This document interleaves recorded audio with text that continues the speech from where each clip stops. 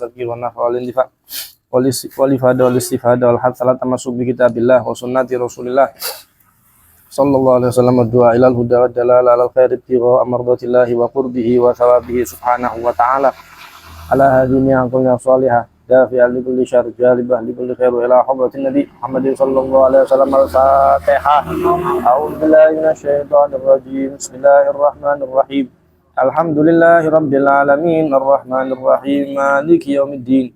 Iyyaka na'budu wa iyyaka nasta'in ihdinas siratal mustaqim siratal ladzina an'amta 'alaihim ghairil maghdubi 'alaihim waladdallin. Rabbi ighfirli wa liwalidayya amin. Bismillahirrahmanirrahim. Lan qala al-musannif radhiyallahu ta'ala anhu wa nafa'ana bihi wa bi ulumihi fid dharain amin radhiyallahu ankum.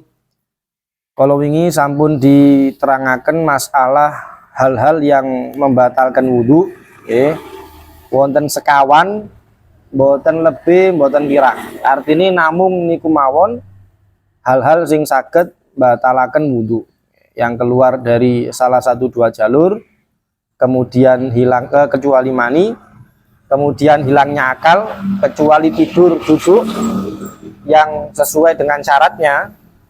Kemudian bersentuhannya kulit laki-laki dan perempuan yang juga memenuhi syarat, artinya sama-sama dewasa, bukan mahram dan lain sebagainya. Kemudian juga menyentuh nun sewu kemaluan, depan atau belakang. Nah, ini siapapun, mau laki-laki, perempuan, atau bahkan kemaluannya sendiri. Kemudian yang berikutnya adalah babul istinja. Tata cara napa niki lek ngarani cewek nggih, cewek. Cawi, cewek dan lain sebagainya.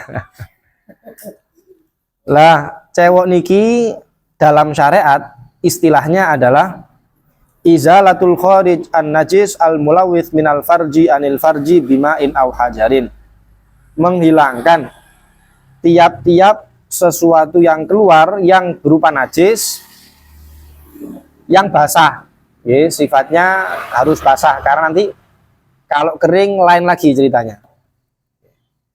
Daripada kemaluan, baik itu dengan air ataupun dengan batu dan lain sebagainya yang nanti memenuhi syarat akan dibahas juga. Lah, hukum-hukum istinja. Iku setelah definisi berikutnya hukum-hukum istinja ada 5. Yang pertama wajib kalau seperti yang dikatakan dalam definisi tadi.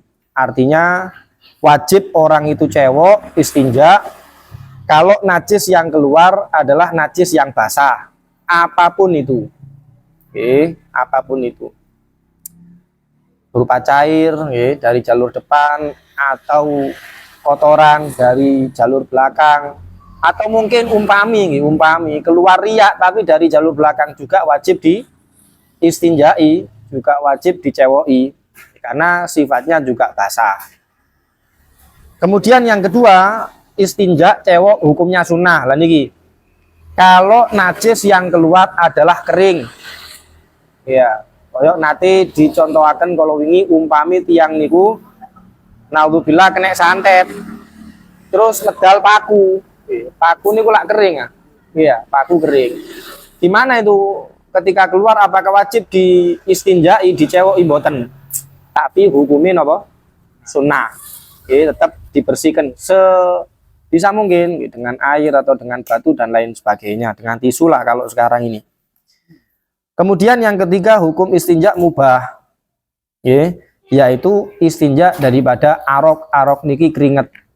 Jenengan nun sewu napa mantun badminton niku nih keringet teles napa dicewoi napa dicewoi monggo mboten nggih mboten napa-napa hukumnya mubah angsal-angsal mawon bebas. Kemudian yang keempat makruh kalau istinja daripada rih niku angin dengan kentut. Nah terus niku napa dicewoi mboten perlu, malah dicewoi hukumnya napa makruh. Mubazir buat apa, buang-buang air atau ngentek tisu, mek ngentut ae paling nggih koncone sing loro kabeh bener kan. Lah kentut niki nggih kula baleni malih tondone salah satu dari dua, disebutkan dalam hadis Nabi, kalau ndak dengan bunyi ya berarti bau. Kadang kali-kali ini nggih wonten. Nggih mungkin nggih mampu. Ya, artine nopo? Kadang-kadang tiang niku koyok kroso-kroson. Ya, niki nopo ngentut nopo mboten. Maka Kanjeng Nabi menyarankan pokoknya nek wonten salah satu ini berarti ngentut ngoten nggih. Munine utawa napa? Mambune. Lek mboten wonten nggih bisa jadi. Nggih, ada riwayat mengatakan setan meniupkan ada di nun sewu pantat kita sehingga kita was-was. Nggih, badhe salat mboten sida, akhirnya mboten nututi jamaah. Akhirnya ketinggalan fadilahnya takbiratul ihram. Karena tadi itu setan kan selalu usaha nggih. Normali sholat itu kan ibadah yang paling afdol. Setan paling tidak mau kalau ada orang itu sholat. Ya, mboten purun cedek kali Gusti Allah. Kemudian yang kelima, yang terakhir, hukumnya istinja haram malah. Nah, ini ada dua, ada haram tapi sah, ada haram tapi tidak sah. Haram yang sah itu kalau istinja dengan barang ghosab. Ghosab berarti barangnya orang lain tanpa izin. Iya, napa jenengan damel tuyoni tiang. Istinjanya sah, tapi karena nyolong atau ghosab hukumnya napa? Haram. Pakai tisunya orang kalau tanpa napa? Izin. Ada lagi haram tapi tidak sah. Kalau haram tapi tidak sah ini dengan barang-barang yang dimuliakan oleh syariat. Seperti makanan, walaupun ngresep. Walaupun ngresep. Bahkan makanan jin sekalipun. Makanan jin itu napa? Tulang. Tulang itu ngresep nggih. Jenengan istinja damel tulang. Itu gimana hukumnya? Haram dan tidak sah karena tulang itu dimuliakan oleh syariat karena menjadi makanannya jin. Makanya nek jenengan buang tulang niku ya tidak masalah kalau di dekat-dekat rumah itu biarkan mereka makan gitu ya. Jangan langsung dibuang. Jangan langsung dibuang. Setelah beberapa saat mungkin baru dibuang. Ya, hitung-hitung sodako. Ya, jenengan kan sodako sing gratis kan paling seneng. Wis gratis angsal pahala. Ya.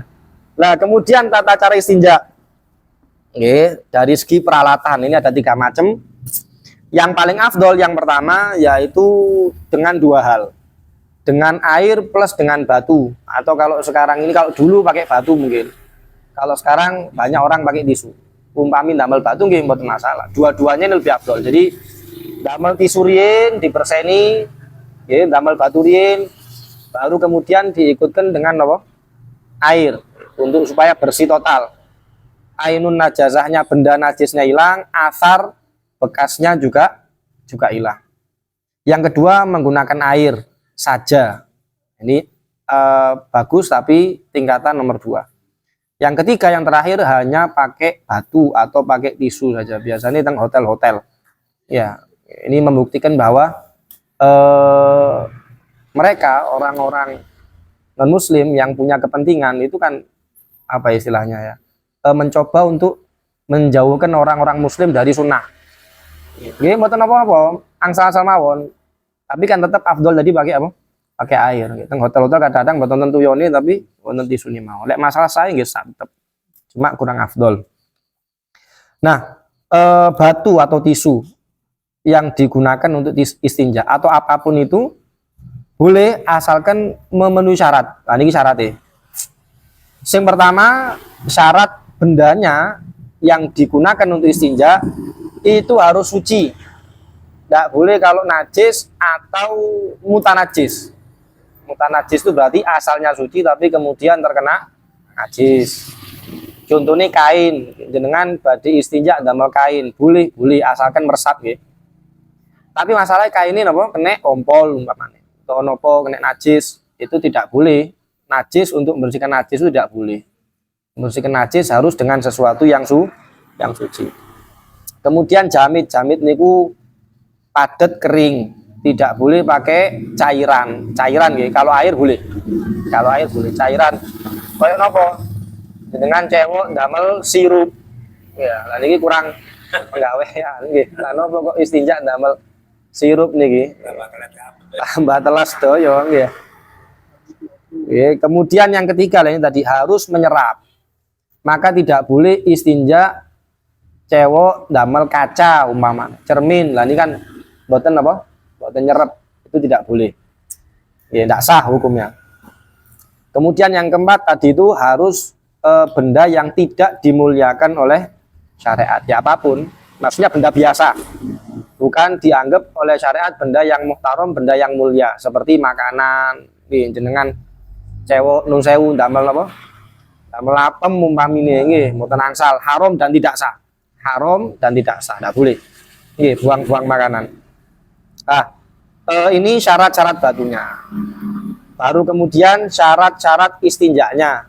Kalau menggunakan batu nggih, atau benda-benda yang memenuhi syarat tadi itu. Tisu, kain, dan lain sebagainya. Ini ada 8 syarat. Insya Allah diterangkan di minggu yang akan datang. Perkataan 8 nih, khawatir mungkin lali kabeh. Ya tambah lali kabeh. Niki wau lumayan munah. Nah, ini insya Allah dilanjut di pertemuan yang akan datang. Mungkin-mungkin sehat walafiat panjang umur. Amin ya rabbal alamin. Wallahu alam bishawab. Monggo sesi kedua tanya jawab, pertanyaan. Selamat tadi memenuhi syarat. Jadi harus suci, kemudian kering, padat, ya, kemudian apa? Menyerap, ya, dan daun ini bukan sesuatu yang dimuliakan asalkan sudah di bawah. Oke, asalkan sudah di bawah, tidak masalah.